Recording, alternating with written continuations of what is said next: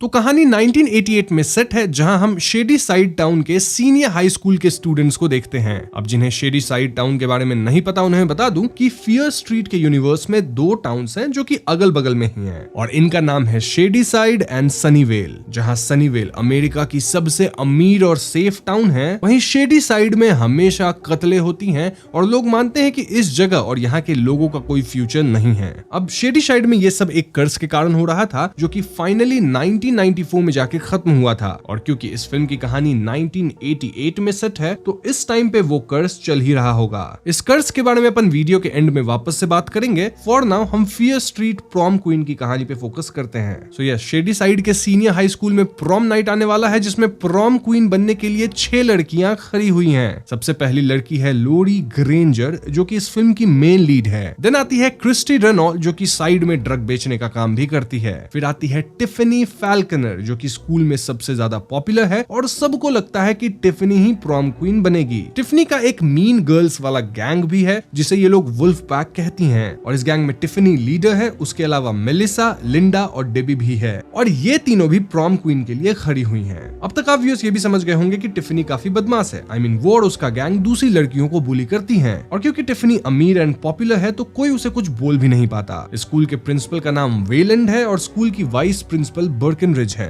बर्किनरिज यहाँ बस अपना चलाती हैं। आई मीन वेलैंड प्रिंसिपल होने के बावजूद भी बस उसकी सुनता है, उसका कुछ नहीं चलता। Now coming to Lori Granger, well उसकी एक बेस्ट फ्रेंड है जिसका नाम मेगन है, जो कि अक्सर नशे में रहती है। वैसे मेगन आर्ट और क्राफ्ट में काफी ज्यादा अच्छी है। हम समझ पाते हैं कि टिफनी यहाँ ग्रेंजर को काफी बदनाम करने लग गई थी, क्योंकि ग्रेंजर भी प्रॉम क्वीन बनने के लिए खड़ी हुई थी। दरअसल शेडी साइड में ऐसी कहानी फैली हुई थी कि ग्रेंजर की मॉम उसके पिता को समाप्त कर दी थी उनके प्रॉम के टाइम पे। हुआ ये था कि पास्ट में ग्रेंजर की माँ का एक बॉयफ्रेंड था, और तब ग्रेंजर की माँ ग्रेंजर से ही प्रेग्नेंट थी। देन फॉर सम रीजन वो अपने बॉयफ्रेंड को समाप्त कर दी थी, ऑल्दो ये चीज कभी प्रूव नहीं करी जा सकी। सो यस, टेक्निकली ग्रेंजर की माँ इनोसेंट है, लेकिन शहर में सबको लगता है कि कातिल वही थी। तो इसी बात पे टिफनी और उसकी वुल्फ पैक ग्रेंजर को बुली करती हैं। नाउ ग्रेंजर एक बर्गर शॉप में पार्ट टाइम जॉब भी करती है, क्योंकि उसके घर में पैसों की दिक्कत चल रही है। देखो, फाइनेंशियल इश्यूज हर किसी की लाइफ में आती रहती है। मेरी लाइफ में भी आए थे और मेरे दोस्तों की लाइफ में भी आते रहे हैं। सिमिलर केस इस कैरेक्टर ग्रेंजर का है, और ऐसे में वो इस्तेमाल कर सकती थी बिनोमो ऐप का। बिनोमो की मदद से आप अच्छी सेकेंडरी इनकम जनरेट कर सकते हो। ये एक बढ़िया और सेफ ट्रेडिंग प्लेटफॉर्म है, जहां पे आप ट्रेडिंग करके डेली अर्निंग कर सकते हो। तो अभी जाके बिनोमो को डाउनलोड करो डिस्क्रिप्शन और पिन्ड कमेंट में दिए गए लिंक से, और स्क्रीन पे दिख रहा मेरा प्रोमो कोड यूज करो ताकि आपको मिले 2x यानी डबल द बेनिफिट्स। अब इस ऐप का ट्रेडिंग इंटरफेस कुछ ऐसा दिखता है, जहां पे ग्राफ्स ऊपर नीचे जाते हैं, और आपको बस ये प्रेडिक्ट करना होता है कि ग्राफ ऊपर जाएगी या नीचे।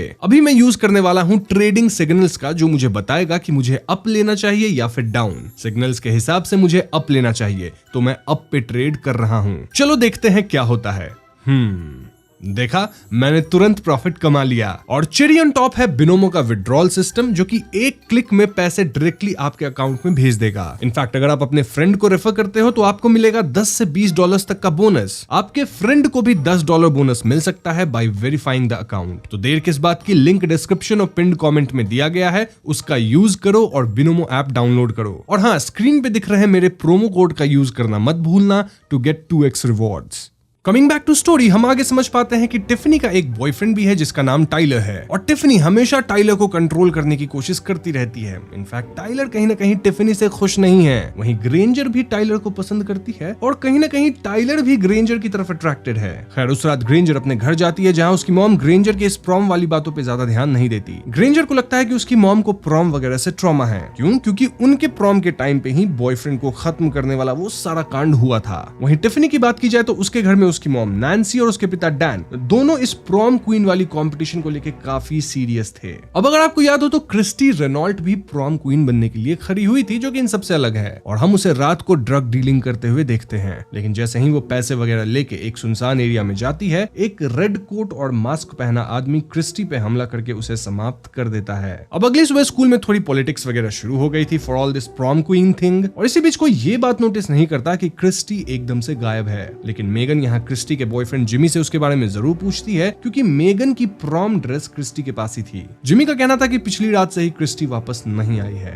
वहीं हम फिर से उस रेड कोट और मास्क वाले किलर को देखते हैं, जो कि सभी प्रॉम क्वीन के लिए खरी हुई लड़कियों को टारगेट करने का प्लान कर रहा था, और यहाँ वो क्रिस्टी के फोटो पे एक क्रॉस डालता है एज वो क्रिस्टी को निपटा चुका है। खैर, तो अगले दिन प्रॉम नाइट आता है, जहां हमें बताया जाता है कि प्रॉम के एंड में 11 बजे रात को इस बात की वोटिंग होगी कि प्रॉम किंग और क्वीन किसे बनाया जाए। सभी कैंडिडेट्स को स्टेज पे बुलाया जाता है, और क्योंकि क्रिस्टी नहीं आई थी तो उसे डिस्क्वालीफाई कर दिया जाता है। तभी एकदम से टिफनी और उसकी वुल्फ गैंग की लड़कियां थोड़े छोटे कपड़ों में सरप्राइज परफॉर्मेंस देने लग जाती हैं, ताकि इससे अट्रैक्ट होकर सभी वोट्स उन्हें दे दें। इस बात का ग्रेंजर को कोई अंदाजा नहीं था, और परफॉर्मेंस के बाद ग्रेंजर वो श्योर कि अब तो उसे कोई वोट नहीं ही देगा। इस परफॉर्मेंस के बाद लिंडा और उसका बॉयफ्रेंड एकांत जगह में जाते हैं ताकि ये लोग इंटीमेट हो सके। साथ ही लिंडा जो अपनी फ्लायर्स वगैरह बनाई थी प्रमोशन के लिए, उसे भी बांट सके। लेकिन वहां लिंडा अपना फ्लायर्स फटा हुआ पाती है, एंड देन अचानक से वही मास्क्ड आदमी लिंडा पे हमला करके उसे समाप्त कर देता है। देन वो लिंडा के बॉयफ्रेंड को भी बड़ी बेरहमी से उसके दोनों हाथ को अलग करके समाप्त करता है। वहीं प्रॉम के दौरान मेगन अपनी आर्ट एंड क्राफ्ट का इस्तेमाल करके टिफनी का नकली हेड बनाई थी, जो कि देखने में एकदम असली लगता था, और इसे वो जूस वाले कंटेनर में डाल देती है। इसे देख सभी कुछ देर के लिए डर जाते हैं, और टिफनी तो बहुत ज्यादा भड़कती है। अब हालांकि मेगन के लिए ये फन था, लेकिन ग्रेंजर इस बात पे अपसेट होती है, क्योंकि मेगन की इस हरकत के कारण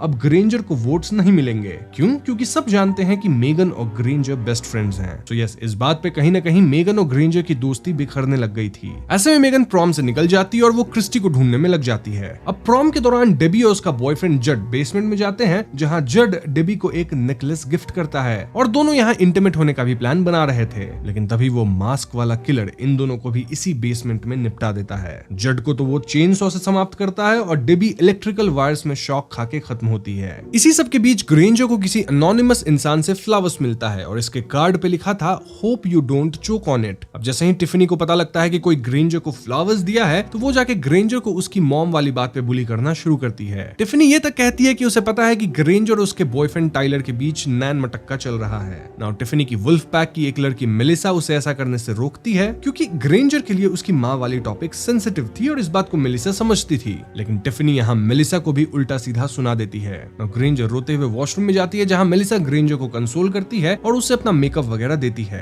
इस बात पे टिफनी को इतना गुस्सा आता है कि वो मेलिसा की ड्रेस बिगाड़ देती है, सेइंग कि ये ड्रेस उसे टिफनी ही दी थी। इस पॉइंट पे ग्रेंजर और टिफनी के बीच डांस ऑफ शुरू हो जाता है, जहाँ मेरे हिसाब से तो दोनों ही बेकार नाच रहे थे, लेकिन ग्रेंजर एटलीस्ट काम, कलेक्टेड और ग्रूव में थी, मतलब थोड़ा सही नाच रही थी। वहीं टिफनी अजीब तरह से नाचती है, जिससे सभी लोगों पे टिफनी का इंप्रेशन खराब हो जाता है। और क्योंकि वोट करने का टाइम नजदीक था, तो कहीं ना कहीं ग्रेंजर सबके दिलों को जीत ली थी, तो हाँ, अब वो प्रॉम क्वीन बन सकती है। इसी बीच जब मेलिसा अपना ड्रेस चेंज करने गई होती है, तो उसे ये मास्क किलर वहीं पे निपटा देता है। वैसे यहाँ हम व्यू से एक बात समझ पाते हैं कि किलर एक नहीं बल्कि दो है। वहीं मेगन की बात की जाए तो लोगों से बात करके मेगन को एहसास हो गया था कि लोग प्रॉम पार्टी से गायब हो रहे हैं। मेगन उस मास्क किलर की भी एक झलक देख लेती है, जिससे वो श्योर हो गई थी कि यहाँ कुछ तो गड़बड़ है, मतलब कोई तो है जो कि लोगों को समाप्त कर रहा है। दूसरी तरफ प्रॉम में वोटिंग होती है, जहाँ सब ग्रेंजर को वोट देने लग गए थे। टाइलर भी टिफनी से ब्रेकअप करके ग्रेंजर के साथ डांस करता है, और जैसे ही वो किस करने वाला होता है, तो मेगन यहाँ आके इन्हें रोकती है और कहने लगती है कि यहाँ कोई किलर है। ये बात सुन के ग्रेंजर मेगन पे भड़कती है, क्योंकि उसका जो इंटीमेट मोमेंट था वो खराब हो गया था। ग्रेंजर का कहना था कि मेगन सिर्फ प्रॉम नाइट को रुइन करने में लगी हुई है, और आज का एक दिन ग्रेंजर के लिए अच्छा जा रहा है, जो कि शायद मेगन से बर्दाश्त नहीं हो रहा, और वो सब कुछ बिगाड़ने पे तुली हुई है। ये सब सुन के मेगन एकदम अपसेट हो जाती है, और पूरे फिल्म के दौरान हमें ऐसा लग रहा था मानो मेगन भी ग्रेंजर को पसंद करती थी।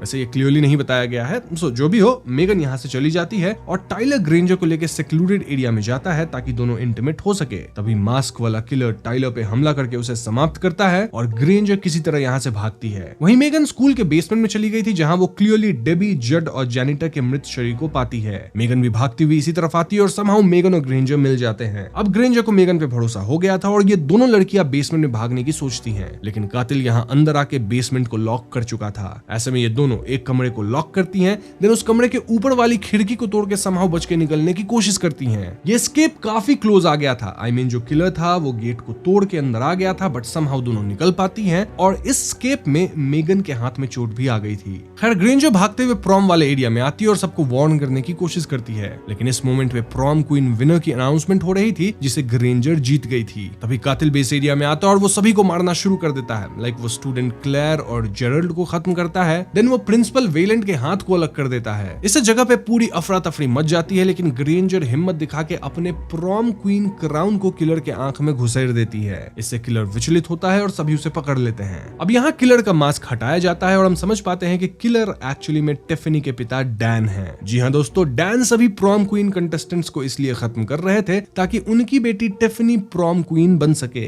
इस बात से टिफनी और उसकी मां नैन्सी भी एकदम शॉक थी। जो भी हो, पुलिस यहाँ के डैन को गिरफ्तार करती है and everything was under control. Police यहाँ मेगन को अस्पताल भिजवाती है क्योंकि उसके हाथ में चोट आई थी। देन पुलिस वाले टिफनी और ग्रेंजर को भी घर तक छोड़ते हैं और टिफनी यहाँ ग्रेंजर से माफी मांगती है। ये दोनों टिफनी के घर में ही वेट करते हैं क्योंकि रीसेंट ट्रॉमा के बाद दोनों को एक दूसरे का सपोर्ट चाहिए था। स्पेशली टिफनी को चाहिए था जो कि बहुत डरी हुई थी। दूसरी तरफ टिफनी की मां से पुलिस पूछताछ कर रही थी और नैन्सी कह रही थी कि उन्हें जल्द से जल्द अपनी बेटी के पास जाना है एज उनकी बेटी अकेली होगी। पुलिस वाले भी नैन्सी की बात समझते हैं और उसे छोड़ देते हैं और फाइनली नैन्सी अपने घर पे आती है। इस पॉइंट पे हम भी उसको पता लगता है कि दूसरी किलर नैन्सी है। इनफैक्ट टिफनी खुद इस सब प्लान में मिली हुई है और वो शॉक्ड होने का बस नाटक कर रही थी। जी हाँ दोस्तों, अब ये माँ बेटी मिलकर ग्रेंजर को समाप्त करने आगे बढ़ती हैं। अब इस पॉइंट पे एक बहुत बड़ी सीक्रेट रिवील होती है। दरअसल ग्रेंजर के जो पिता थे वो पहले नैन्सी के साथ थे और लेटर वो ग्रेंजर की माँ को पसंद करने लग गए थे। तो नैन्सी ही उन्हें इस बात के लिए समाप्त कर दी थी और इस बात का पूरा इल्जाम ग्रेंजर की माँ के सर पे गया। जी हाँ, भले ये कभी प्रूव नहीं हुआ कि ग्रेंजर के पिता को कौन मारा था, लेकिन इस इल्जाम का बोझ जो है वो तो ग्रेंजर की माँ और ग्रेंजर ही सालों से लेके घूम रहे थे। अब इस पॉइंट पे टिफनी और नैन्सी ग्रेंजर को घेर ली थी और उसे समाप्त कर ही देती, लेकिन एन मौके पे ग्रेंजर टिफनी को किक करती है। इससे टिफनी फर्स्ट फ्लोर से नीचे सीधा एक नुकीली ऑब्जेक्ट पे गिर के खत्म हो जाती है।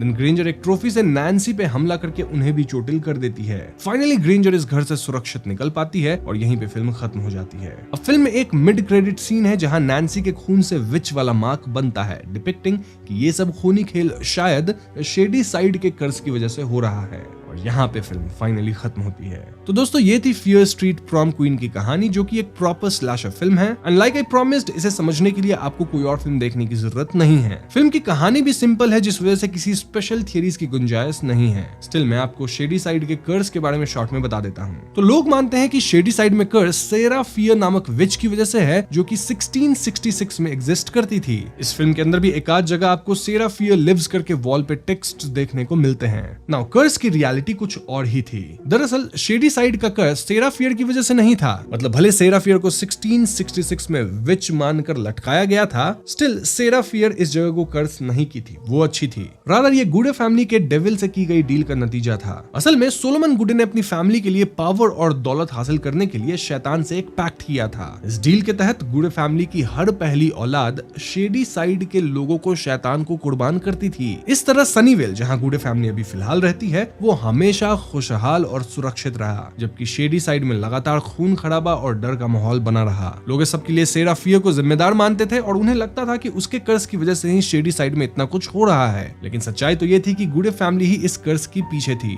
मतलब वो अपनी पावर को बरकरार रखने के लिए शेडी साइड के मासूम लोगों की बलि चढ़ा रहे थे। ये कर्ज फाइनली 1994 में जाके खत्म होता है। मतलब फियर स्ट्रीट 3 जो मूवी है, वहां इसकी एंडिंग होती है।